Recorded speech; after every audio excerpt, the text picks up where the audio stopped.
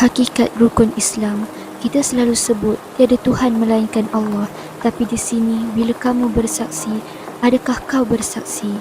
Itu namanya ikrar, bukan penyaksian.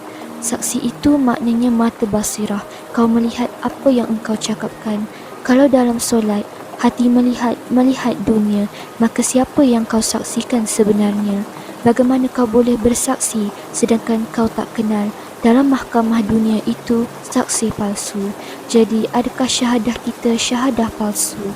Maksud penyaksian bukan pada bunyi huruf tapi pada penyerahan.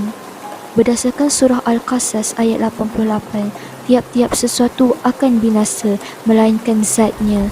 Di makam ini kau menyaksikan Allah dengan cara menafikan diri kau, menyaksikan Muhammad dan Rasulullah dengan cara mematikan ego dan menghidupkan sifat kehambaan.